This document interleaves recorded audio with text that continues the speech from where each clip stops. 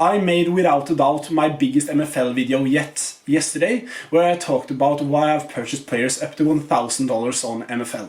And in that video I talked a lot about the different players I purchased, but in today's video I thought, why not change the topic a little bit from the players I purchased to players I would recommend you to purchase, and also talk more about the trading aspect of MFL, because that hasn't been talked too much about in the MFL community yet.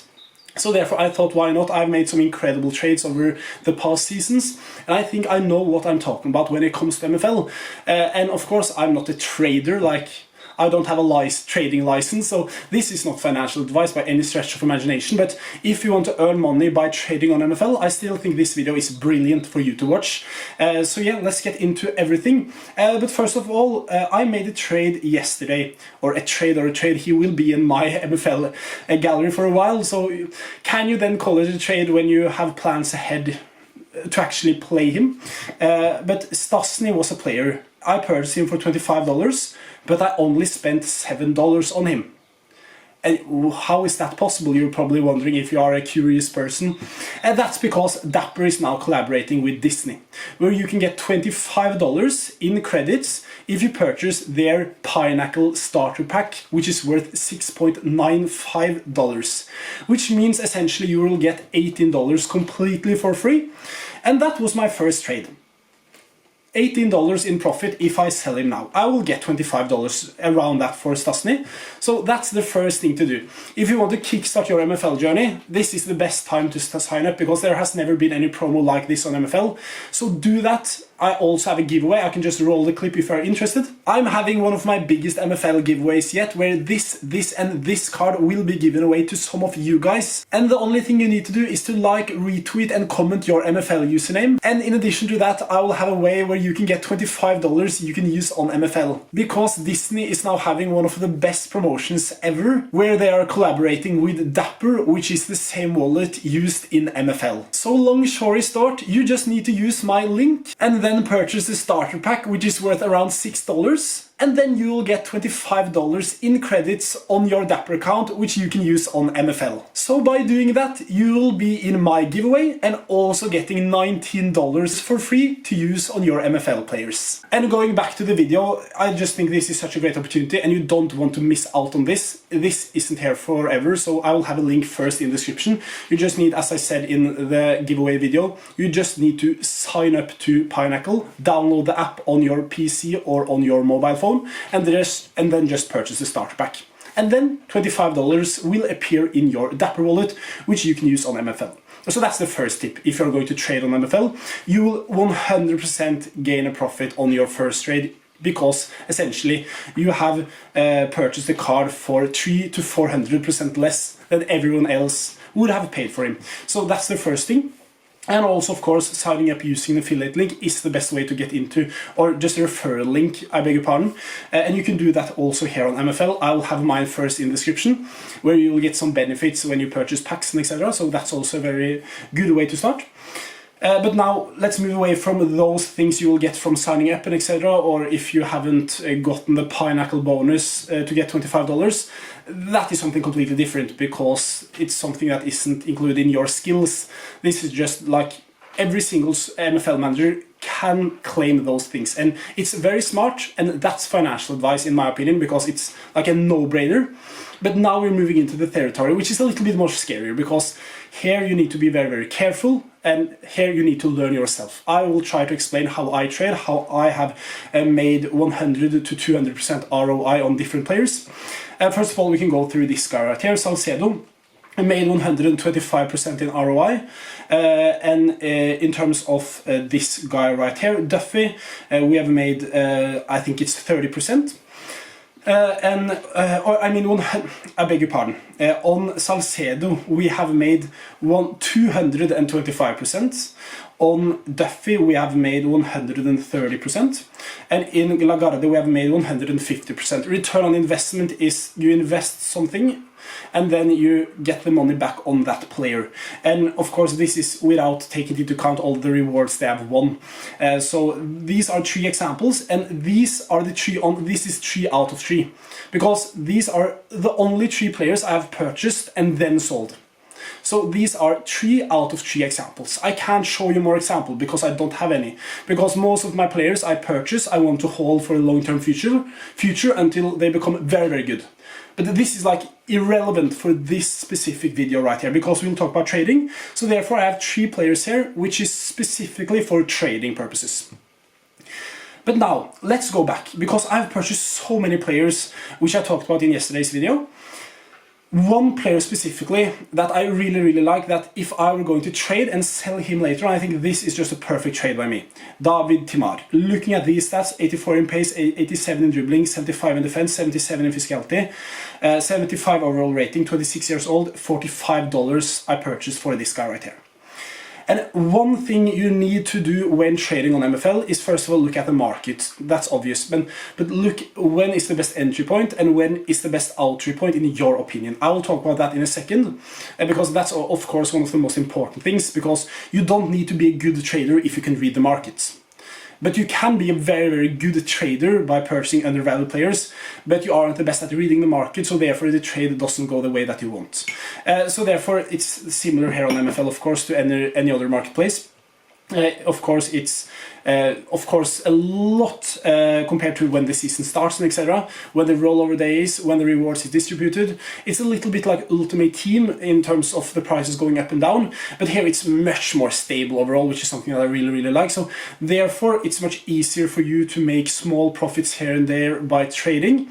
It's harder to make that huge profit because, of course, the market is more stable, going slowly and steadily up. So therefore, trading hasn't been talked about too much. But let me use one example like this, David Timar. I went on the marketplace, I needed a new right back for the next season. But let's say I didn't need a new right back for the next season. Let's say I just wanted to trade. And if you go to the right back position here, you need to find the gap in value in the market, where there is a player in one position that is just generally undervalued. Here we can see we have taken the maximum price to $59, which is essentially just $60 or under, age 26 or under, and then the overall rating minimum 75. So in my eyes, a lot of new MFL managers will of course look at new players for the next season. And a lot of managers will get promoted from, for example, Ice League to Stone League. Therefore, upgrades in a right back position is very, very viable, and there aren't too many right backs on the game. So therefore, it's supply and demand. The supply isn't that big on right backs, but the demand is very, very big, because 4-back formations is generally the best on MFL. Which means I filter out right back, I filter out all these, and I purchase, if you go through here, there is no player here worth less than $55. This guy right here is, but in terms of his stats, these stats aren't even close to the stats of my guy. And the rest of the guys are worth $59. Which means my purchase, David Timar, I purchased for $45. And he has probably the best stats of any of these guys. And this guy is, his normal position is center back, so these two guys doesn't count, but these two guys right here, Ali Bailey, in terms of his stats, he has pretty decent stats. And this guy right here also, he doesn't have the best stats. Which means, in my opinion, my player right here has the best stats. He is worth $15 less than these guys here than you can realistically compare him to. Which means that I have found a very, very bargain in the market, in my opinion. And that's what I'm talking about when trading. Like, if you would have gotten this overview and then this guy right here would have just popped up here, like, that was my reaction. It was a no-brainer. I was like, $15 less? Why is he $15 less? That's the number one question you need to answer yourself when you purchase players on MFL. Why is he lower than everyone else? And then you compare the stats. And then you need to think about, in the future, if I sell him for, let's say, $5 or $10 more, realistically, if I were to list this guy right up here for, let's say, $54, I think that he would be sold eventually. Like, we could use this as a test. Like, I'm very tempted to list him up now for $54 to see. Unfortunately, I made a video yesterday and he is in my plans for the future. But this is a purchase I'm very, very happy about generally. And when it comes to this, there is of course differences. I've talked about this prior, because trading is purchasing player and selling them later on. That's trading, and I'm not the biggest fan of this on MFL personally, because I think, for me, like, I don't enjoy it as much as purchasing players, playing them, developing them, and then selling them later on after they have developed, after they have earned the MFL dollars, and then sell them later on. I think that is a much more fun strategy and something that I enjoy way more, and think it's easier than to get a good ROI. But if you're just focusing on the trading aspect, I think there is a lot of opportunities by doing these type of things. And the thing is that when you're looking at the marketplace right now, it's, of course, you need to be a good trader. You need to have a view for good purchases. And you need to think about supply and demand. Right now on the market, we are in the middle of the season. Therefore, I would definitely recommend you to go on the competition tab and then go to the interactive calendar. Try to put your viewpoint in another. Try to look at every single MFL manager and think about which position they are in. To earn money by trading, you need to look at the market from a different viewpoint and try to compare your feelings, what you would normally do in this time period. Think about what I can use me as an example. Right now, it's the end of the season. I'm very tempted. I'm very happy with my gallery at the moment. We are doing very well, and I'm just excited to see where it will be going. But keep in mind, on MFL, if you look at here, if you go to the competitions, if you go to my league, for example, here, I'm in this position. Top 3 in the league will be in this position. Very happy, excited for the future. The rest will be a little bit disappointed, most likely, because every single MFL manager wants to get promoted. But it's only top 3 that will get promoted. So think about the rest of them. It's the end of the season, the transfer window has opened early. Oh wow, we won't get promoted. So then I sell these players. I sell this and this player, because I want to get some money back on these guys. These guys weren't good enough. And yeah, I'm one of the guys that is going to purchase more players because I will get promoted. But statistically, it will be way more people being disappointed than excited. For the 3 first seasons, I didn't sign any new player. Any new player in the middle of the season. I sold a lot of my players in the middle of the season, or at the end of the season where the transfer window opened up early. I didn't sell many players, to be 100% honest, but because I have a philosophy that I don't panic sell players, but a lot of other MFL managers do. And you're probably wondering, why does this have anything to say? Because supply and demand. In terms of demand, there are probably me or many other first place finishers on MFL that looks at players because they now got promoted. But a lot of players also are thinking about selling because their players didn't perform, because they didn't get promoted. Why keep players that didn't get you promoted this season? Me personally trusted the process, so therefore I kept a lot of my players, but many players or managers will think, okay, these players have been terrible to me. Why would I keep them? And there is pretty easy on the MFL market to just sell them. It's just one click and then they're up on the market.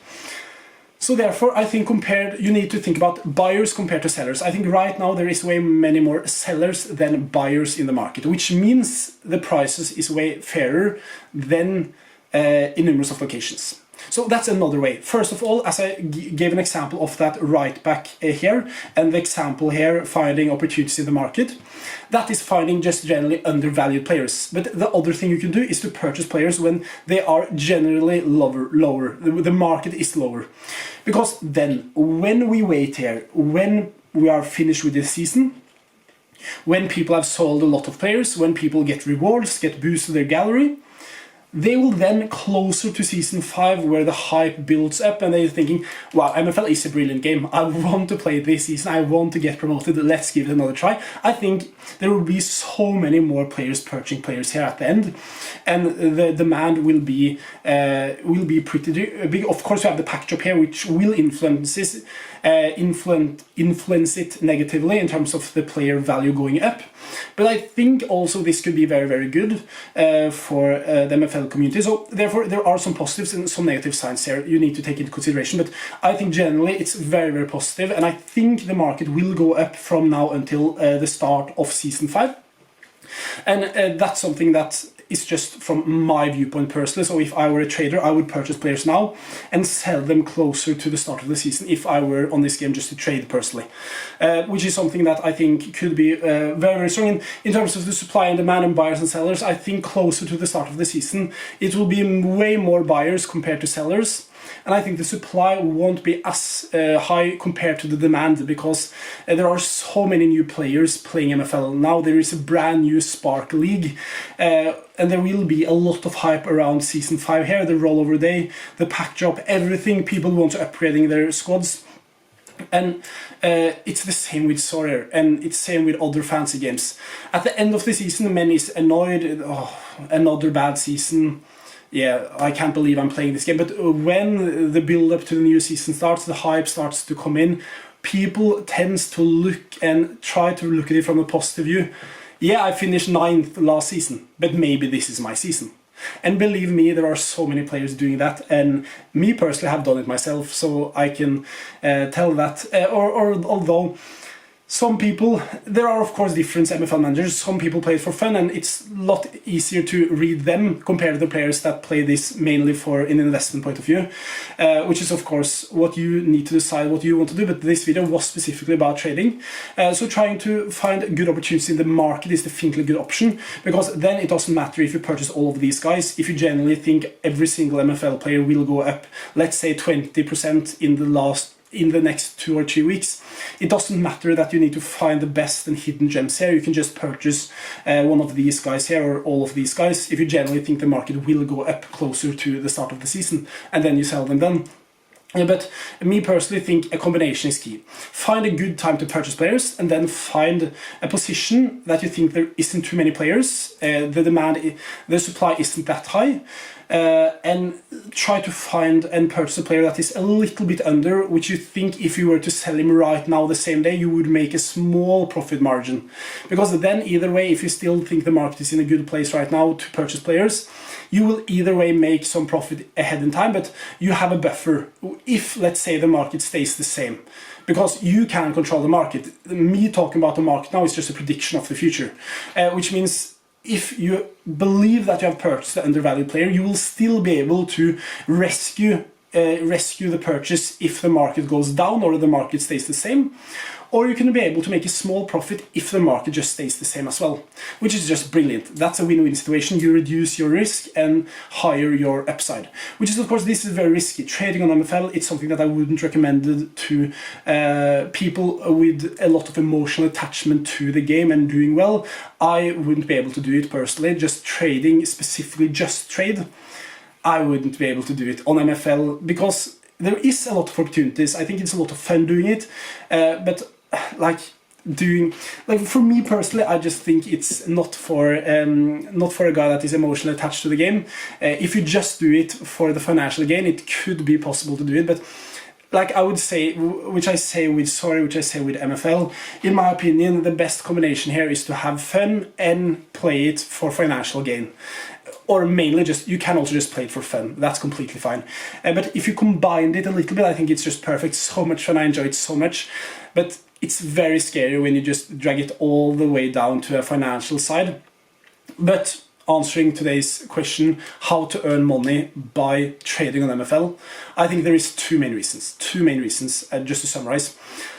One is to finding an undervalued player on the market in the positions which I gave you the right back here as an example, David Timar, where you look at the different players and there is one player which is worth way less than everyone else and has the same stats, maybe is a little bit older, but generally a very, very good price for money, value for money, I beg your pardon.